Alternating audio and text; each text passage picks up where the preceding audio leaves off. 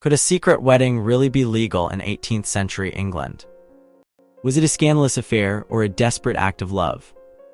The rain hammered against the windows of Lainston Hall, a relentless percussion mirroring the frantic beat of Elizabeth Chudleigh's heart. She was 22, a lady-in-waiting to the formidable Countess of Bath, and utterly, hopelessly in love with Augustus Hervey, a man whose family held no affection for her and whose fortune was, well, let's just say it wasn't exactly overflowing. But love, as they say, knows no boundaries, especially when those boundaries are built of societal expectations and disapproving relatives. The summons came abruptly, a whispered message delivered by a nervous footman. The Reverend Amies is ready. Now. The word hung in the air, thick with unspoken urgency. Elizabeth glanced at her reflection in the darkened mirror, a simple muslin gown, a carefully pinned hairstyle, a mask of composure she didn't quite feel. This wasn't a grand ball, it was a carefully orchestrated rebellion. Reverend Amies dismissed the party and the wedding was over. Elizabeth Chudleigh was now Elizabeth Hervey.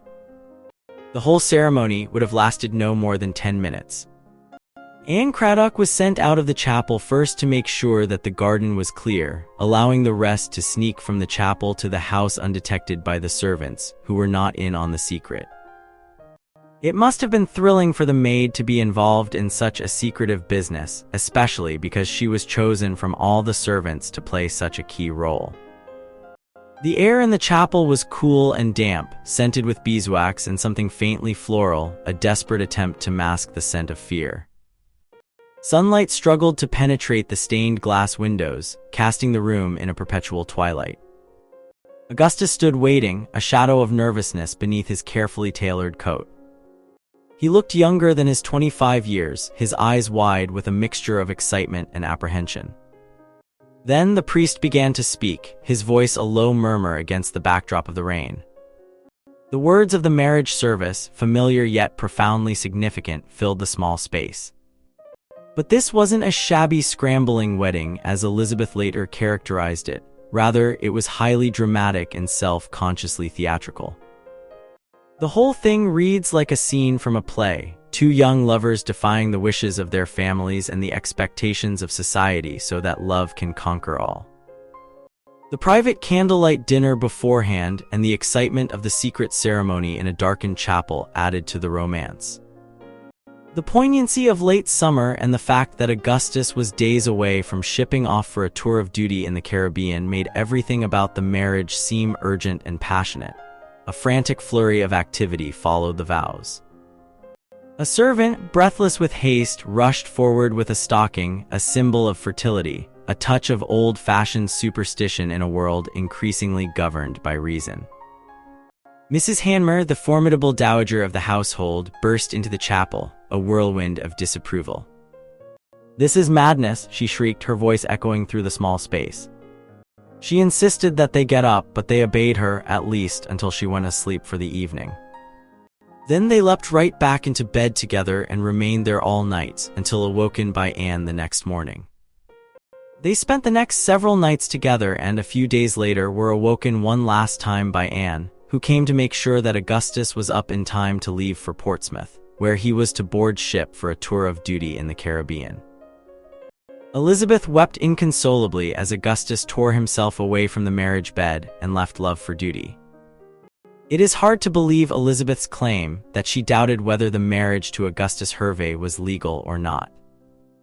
Nothing about her actions after the wedding suggests that she doubted its validity, and the particular care that she took to be married by a priest in a chapel, and according to the Church of England's marriage rite, meant that there really could be no doubt about the legality of the marriage. A historian of 18th century marriage has recently observed that, as a result of the glaring defects in the laws of marriage, very large numbers of perfectly respectable people in the 17th and early 18th centuries could never be quite sure whether they were married or not. But Elizabeth and Augustus were not among that number. To their later regret, the elaborate nature of their secret wedding was proof that they took pains to have a ceremony that would result in a legally binding marriage.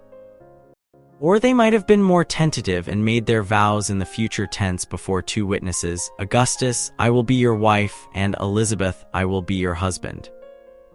This would have contracted them to each other in a legally binding way until they had sex. When a future tense vow of marriage existed, the marriage became valid when the couple had sexual intercourse. So Elizabeth and Augustus could have made a future tense promise of marriage in front of the servants, jumped into bed, been awoken by Anne Craddock in the morning, and assuming there was some physical evidence of intercourse during the night, they would be man and wife. This may sound far-fetched, but it is perfectly true, as Thomas, Lord Onslow, learned to his dismay a decade earlier. Onslow was taken with the charms of someone he later referred to only as AMD, an Irish beauty who traveled to London in search of a rich husband. He pursued her for months, but she kept putting him off by telling him that he may have her as soon as I pleased, after the man in black has said grace. What Onslow wanted was, as Wilmore puts it in a Fra Baines play The Rover, the honey of matrimony without the sting. So while he never absolutely refused marriage, he evaded the issue, hoping that he could convince her to have sex without getting married. He did in fact find himself at a party with the young lady and a group of her friends.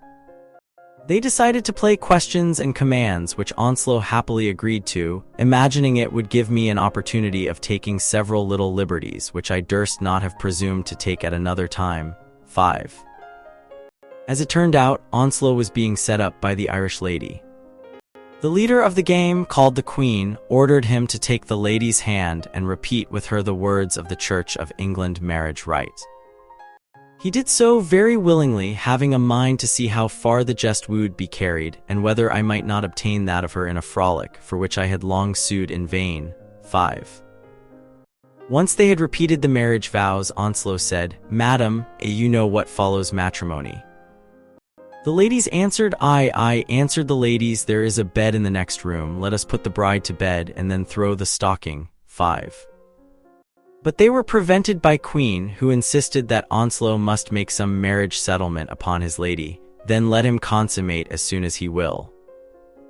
Onslow pleaded with her, Lord, Madam, your Majesty does not consider that we ought to have a lawyer here to draw the writings, which would take up a great deal of time, and I hope you would not oppose my happiness so much as to delay it so long, now the lady is willing. 5. The Queen laughed at this and said that he ought to settle at last £500 per annum on her, and give her a bond for £10,000 until formal articles could be drawn up. While the reader might be able to guess the rest, Onslow failed too. Miss AMD now began calling herself Lady Onslow, and she came after him, insisting that the mock ceremony constituted an actual wedding and demanding her alimony of £10,000. Once word of the sham marriage got out, Onslow became a laughingstock. A ballad was published about the affair called The Mock Marriage, or A Lady and No Lady, 1733. And when 'tis too late does bewail the cur's seizure, which no body can deny and see. The affair was also the subject of a short musical piece called The Promised Marriage, or The Disappointed Lady, which was inserted at the end of a play that season and dedicated to Onslow. The public shame associated with this mock marriage was infuriating to Onslow, but the legal demands should have come as no surprise to him. Being tricked into a clandestine marriage while playing a parlor game was very unusual, which is why Onslow's case aroused so much publicity. But clandestine marriage itself was very common, and by the 1730s and 1740s its popularity was growing rapidly. For various reasons, English men and women in the 18th century were generally averse to public weddings. This was especially true of the upper classes. For a society that was increasingly characterized by conspicuous consumption and ostentatious display, this seems surprising. Perhaps the rich just wished to display themselves on their own terms and in front of their own kind. Being forced by the church to be a spectacle for the entire parish may have offended upper-class sensibilities. Or maybe the widespread practice of premarital sex made couples wary of publishing the banns and enduring 3 weeks of ribbing about what they were doing at night. Whatever the reasons, the novelist Fanny Burney spoke for her age when she confided to her diary, I don't suppose anything can be so dreadful as a public wedding. To be married in England in 1744, they did not need to go to such lengths. They could have stood in the house in Lainston, and in the presence of any two adults, Anne Craddock and the kitchen maid would have sufficed and declared their union. Elizabeth could have said, "Augustus, I am your wife," to which he would reply, "Elizabeth, I am your husband," and that would do it. In the eyes of God, they would be man and wife, and their declaration before two witnesses would be defensible in the local consistory court or church court, which had jurisdiction over the validity of marriages. Or they might have been more tentative and made their vows in the future tense before two witnesses, "Augustus, I will be your wife," and "Elizabeth, I will be your husband." This would have contracted them to each other in a legally binding way until they had sex. When a future tense vow of marriage existed, the marriage became valid when the couple had sexual intercourse. So Elizabeth and Augustus could have made a future tense promise of marriage in front of the servants, jumped into bed, been awoken by Anne Craddock in the morning, and assuming there was some physical evidence of intercourse during the night, they would be man and wife. Elizabeth's reason for secrecy was simple. If she married publicly, she would lose her job. Since Hervey had no fortune and since Elizabeth's mother relied on her income, she could not afford a public wedding or public knowledge of her marriage. She was not alone in keeping her marriage secret in order to keep her job. Apprentices were very fond of clandestine marriages because the terms of their apprenticeships stipulated that they remain single. If they married publicly, they would ruin their career prospects and drag their new spouses and sometimes unborn children down with them. The apprenticeship system frequently put young people into this bind because it allowed them unusual freedom from parental supervision at a young age, since virtually all apprentices lived in their masters' homes, which allowed them to socialize with other young people of the opposite sex. While this freedom might lead to sex and romance, the system technically made marriage impossible. Clandestine marriage was a way around the rules, and many young people, like Elizabeth Chudleigh, took advantage of it. Why Elizabeth kept her mother in the dark is a mystery. Perhaps she felt that Hervey was an impressive enough catch for her mother to approve of the wedding after the fact. Or maybe she worried that the animosity between her patron, the Earl of Bath, and Augustus's father would turn Bath against her and her mother. It is also possible that she just did not care what her mother thought. Now that she was the breadwinner with an impressive job, Elizabeth might have felt that her mother had no place giving her advice about who she ought to marry. Mrs. Hanmer was uncomfortable with the wedding, but evidently not enough to let her sister know it was going to happen. Augustus had family reasons for wanting to keep his wedding a secret. Although his father was dead and he was not the heir to the earldom of Bristol, he was still part of an important family. His grandfather almost certainly expected to be consulted about his choice of a marriage partner. When the match became common knowledge among the upper class a few years later, his brother wrote to him and said that if the rumors of his marriage were true, he would try to broker a reconciliation between Augustus and the old earl, who was upset about the matter. His mother's reaction is not known, but since mothers were usually more deeply involved in the courtship and marriage decisions than fathers were, she must also have felt disappointed. It would have been much worse if Augustus were first in the line of succession. Noble families sometimes took great steps to rescue their eldest sons from clandestine marriages. The most unusual case of this sort involved Sir John Rudd, a 16-year-old baronet who secretly married a servant girl named Lettice Vaughan in 1720. When Rudd's family learned what he had done, they shipped him off to Holland.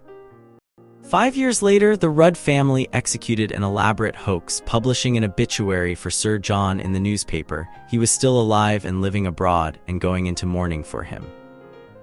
His younger brother, an Oxford student, falsely assumed the title of baronet. Lettice believed the news of her husband's death and ended up marrying another man a few years later. The Rudd family, seizing this opportunity, revealed that Sir John was still living and then sued Lettice for adultery in the church courts. They won, and Sir John was able to obtain a parliamentary divorce on the grounds of his wife's adultery. It was a lengthy, expensive, and thoroughly mean process, but it shows the lengths to which at least one family would go to undo a foolish marriage. Could a secret wedding really be legal in 18th century England? And what does it say about the rules of love and marriage at the time?